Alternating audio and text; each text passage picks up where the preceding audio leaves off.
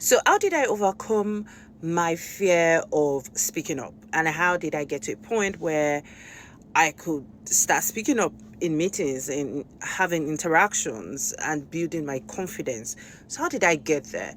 The first thing I'm going to say is it became mandatory if I was going to be successful in my career that I learned to speak up. It came through feedback, it came through people just generally giving me a nudge or a speak up. You know this thing, or you can add value. So it came through that. And initially, I didn't know it was an issue, but later, as I began to grow in my career, and especially as I was, heading towards middle management, I needed to be speaking up. Okay, so it became something I had to do. And the way I see it personally is this: that if you look at top, CEOs of top organizations, you would see that most of their work is centered around marketing their organization, attending conferences, talking about their strategy, going to TV stations, attending podcasts, just being the face of their organization. Top CEOs, that's what they do mostly. And if I want to also rise to the top in my career, or I want to rise to the top in business, or I wanted to become a successful business person, I need to be comfortable having conversations.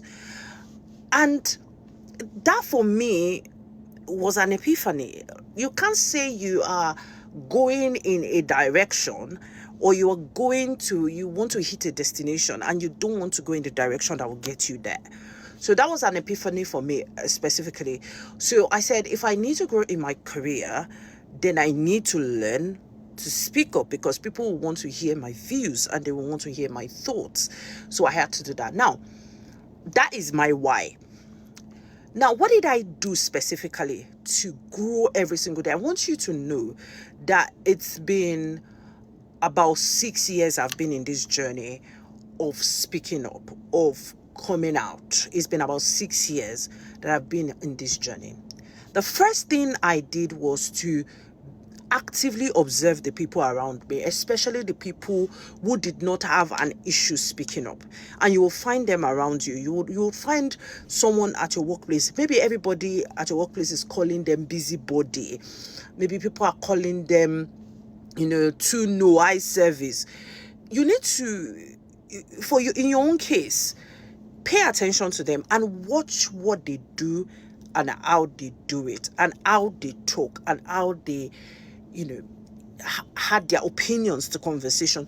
You need to actively observe people. And that's why I use people as benchmark for anything I want to achieve, because it's so much easier to see an example of what I need to be doing. So pay attention to how they had their thoughts in conversations, how they jump in, how they crack jokes, how they feel comfortable. Sometimes how they sit, stand, fill their space. In fact, where they sit in the open floor, where they sit, you need to pay attention, observe, and do. That really worked really well for me. Now, another thing I saw was that most times the reason why I was afraid to speak up is because I don't want to be wrong. And I felt like I don't want to be wrong because I genuinely think that if I uttered a word or shared my opinion, I would be wrong. And why would I feel like I would be wrong? Is because, in essence, I don't really know the subject of the matter in detail. So what did I do? So I started preparing for my meetings. So if I have a meeting, say for a 4 p.m. and I know it's an important meeting. In fact, when I started this journey, it doesn't matter the meeting. If meeting with my team members that are below me, I will prepare for the meeting. So let's say I have a 4 p.m.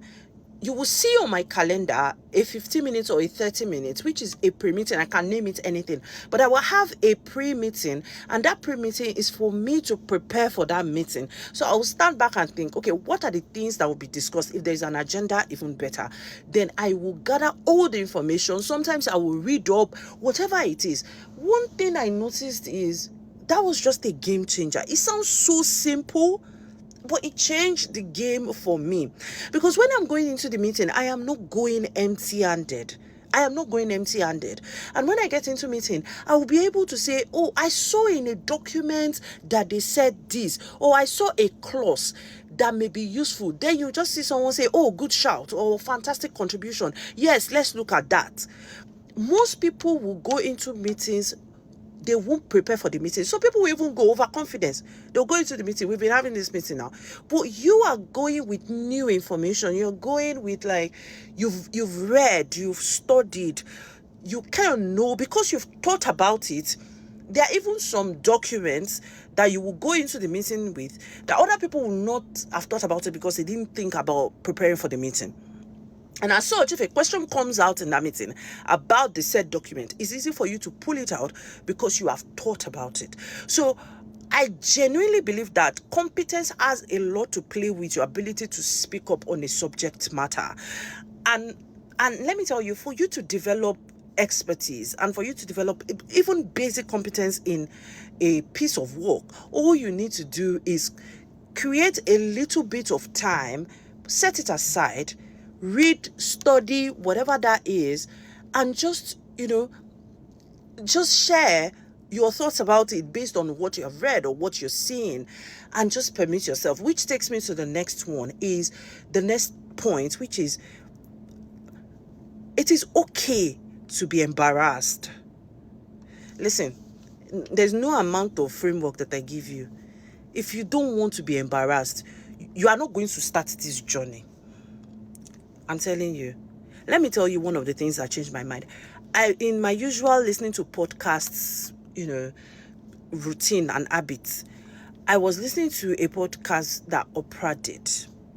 And she just said something. She said that the day her life changed, I think she said something along the lines of, she does not, so it's basically along the lines of, get rid of your fear of embarrassment. Just get rid of it. Like, it is okay to fail. Get rid of your fear of embarrassment. That day, something changed in my life. I'm like, what am I so embarrassed of? I am already losing. I am already failing. Kuku, let me fail publicly. Do you know that's also what brought me to LinkedIn? I'm like, I will write. Let me fail publicly. Let me write something. Let everybody say, already, this is wrong. I will say I accept. It's one of the things that also brought me to X and brought me to TikTok. And wherever it is you see my face, is that it is okay for me to be wrong. And I don't, and when I am wrong, I am wrong. If I am wrong, I will change. And that's why my life is, trending upwards, because it's okay for me to fail. So I will go into meetings. I know that if I say something, people will be like, but I will say it. Guess what I found? 95% of the time, I don't want to say 99, so it doesn't look like, oh, your mouth is sweet. 95% of the time, I am right. 95. So, in my mind, I'm like, almost shame stole from me for years. Shame stole from me.